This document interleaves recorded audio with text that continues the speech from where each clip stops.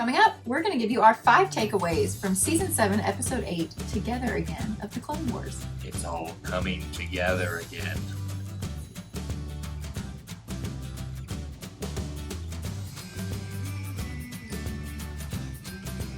Welcome back to Eye to Eye, Disney Through Our Eyes. I'm Kyle. And I'm Jessica. And this is our 5 takeaways of Season 7, Episode 8 of the Clone Wars. It is Together Again.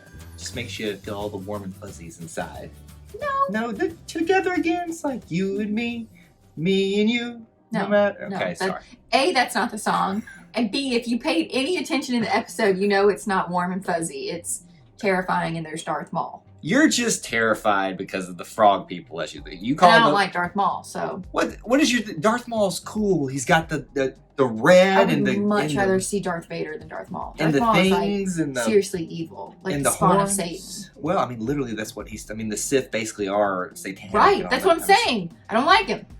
Well, all right. I mean, I guess I can't argue with that point there. Anyway, so we're going to be doing this review type video a little bit differently now. We're just going to try to do our 5 takeaways from this episode. So obviously, we've already been talking about spoilers are filled throughout this. So if you haven't watched the episode, you definitely don't want to be watching this right now. But definitely do come back if you want to and watch this.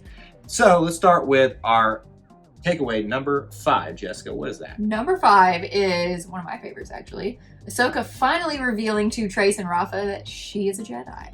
It's been a long time coming. She's been keeping it through this whole arc a secret, and you kind of knew it was coming. Oh yeah, but I didn't think she'd be able to keep it a secret this long. I thought last episode she was gonna have to reveal it, so it was nice that it finally came out. Did part of you want her to just keep it a secret Yes, the entire time? 100%. I kind of wanted just one of them to know. Like, I wanted either Rafa to know or Trace to know. Kind of wanted just to be like Rafa and Ahsoka's thing together, so that would be the thing that kind of bonded them together. Because, you know, they just didn't get along, and I felt like that could be the one thing that, even though they hate the Jedi for their reasons, which still I don't really agree with, but I think that could have brought them all together. Takeaway number 4, and I caught this one, and I'll see if you agree with it. The Millennium Falcon music was in the dogfight of this episode, where they were flying around with the pikes. Did you not hear? Dun, dun, dun, dun, dun, dun, I did not. I had no clue. Okay, so it was very subtle. And maybe I'm hearing things, but I promise you, during that dogfight, I heard it. And whenever you bring like something from the good old days of Star Wars into it, I'm using my hands a lot in this episode. I don't know why. I've been trying to keep them under control. Put them down here. But that's what happens when the Millennium Falcon... You're like fighting me to bring your hands back. I just need to... I don't know what to do with my hands. Okay. But do you not love that music? Come on. It's okay. It's not my favorite. You don't get energized when you hear the Millennium Falcon music. Anyway, all right, it's in there. Go listen to it if you haven't. I promise you it is. Takeaway number 3, Jessica. It's finally the end of this arc. So we made it through 2 arcs. We have 1 left. Mm-hmm. And then this will be done. What's your thoughts on this arc of these 4 episodes? So I liked this arc better than the first one. No, you did not. You did not. What is wrong with you? So this was a lot easier to understand. For somebody who hasn't watched the first 6 seasons of Clone Wars, this one was pretty easy to understand. Okay. I don't know anything that's happened in Clone Wars. Look here. I will say this much. It's not a bad arc. It wasn't a bad Batch arc. Funny. I just didn't get the Clone Wars feel from this, especially since and I think that's why I liked it. There are no clones in this at all. Again, that's why I think I liked it. It's the Clone Wars. You're supposed to have the clones. Well, I bet the next arc is gonna have lots of them. It's probably gonna be like hour-long episodes, and you'll be like thrilled. The whole series is about like stories within the stories, and I get it. You can't always have the clones and the wars going on, but it's Star Wars, the Clone Wars. I need stars, I need clones, I need wars. Rafa and Trace, they grew on me a little bit as time went on. I didn't like Rafa. I did like her. I didn't like her. It wasn't the best arc for me overall. So I'm just going to leave it at that. Takeaway number 2 was The Mandalorians are back. I do love a good Mandalorian. You were obsessed. When they came in the last episode, you were like a kid at Christmas. Ooh, You were look like, over there, look over there. They're over there, the Mandalorians are back, and all they did last time was watch, dagnabbit. Yeah. I'm so tired of them just sitting around and watching, and thankfully they at least did something more than just pontificate on a rooftop and say, we need to watch this one over here. Now let me kind of teach you a little bit here. They came from a group of Mandalorians called the Night Watch. They were literally watching at night. No, shocker. See what happened? I didn't think they'd be watching during the day. Does it excite you at all that the Mandalorians are in this thing? Why? I'm not really sure what a Mandalorian does. See my hands tonight. I can't deal with these things. To be fair, I'm not really sure about the Mandalorians. All I know is Baby Yoda.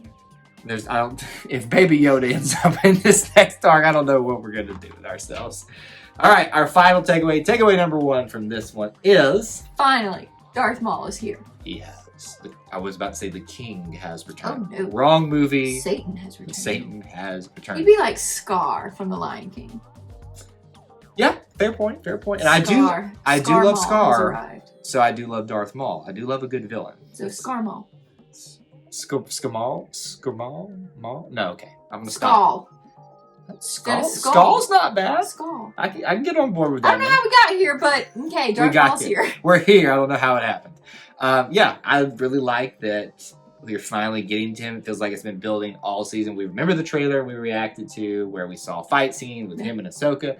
All that's coming into play here. Yep. But how quickly and all that, and I tried to again teach Jessica. She's forgotten about Solo, a Star Wars story where we saw Crimson Dawn in there, so that was mentioned. Look, I know all these little things just go right over your head. It's a because it's that how many things. That's how it goes in that. Okay. I'm just happy that we're finally getting Darth Maul together with Ahsoka and hopefully many more people that we're familiar with, because I'm ready for the Siege of Mandalore. So let's end our 5 takeaways by talking about questions that we have leading us. You actually led into my question. It's like we planned this thing out or something. Funny how you know me. It's funny.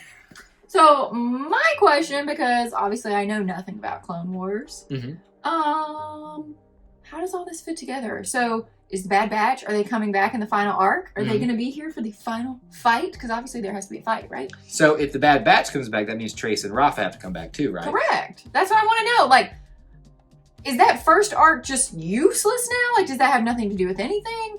Or are we getting bits and pieces from each arc into the final arc? And it's like, whoa. Well, it's a series, and most series take bits and pieces as they end their seasons. That's the hope. And I think you're going to see the Bad Batch. That's the hope. I think I've even heard as much. Do we want to see Rafe? Let's combine them. Trace and Rafa. Trace and Rafa. Well, yeah.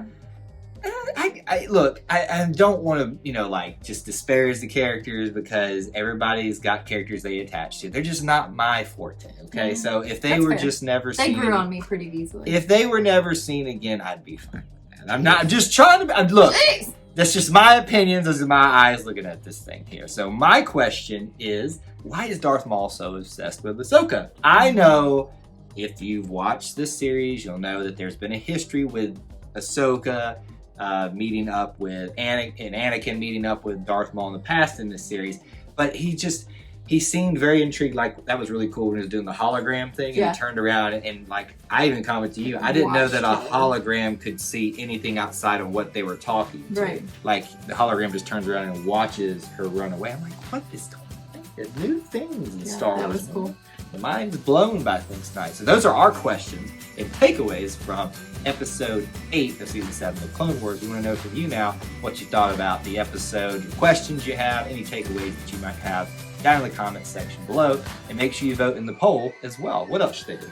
Please be sure to like and subscribe to our channel and turn on the notification bell so you don't miss any of our content. And that's all we have for you in this edition of Eye to Eye, but until we assemble again, May the Force be with you. and we'll see you real soon. Bye, guys.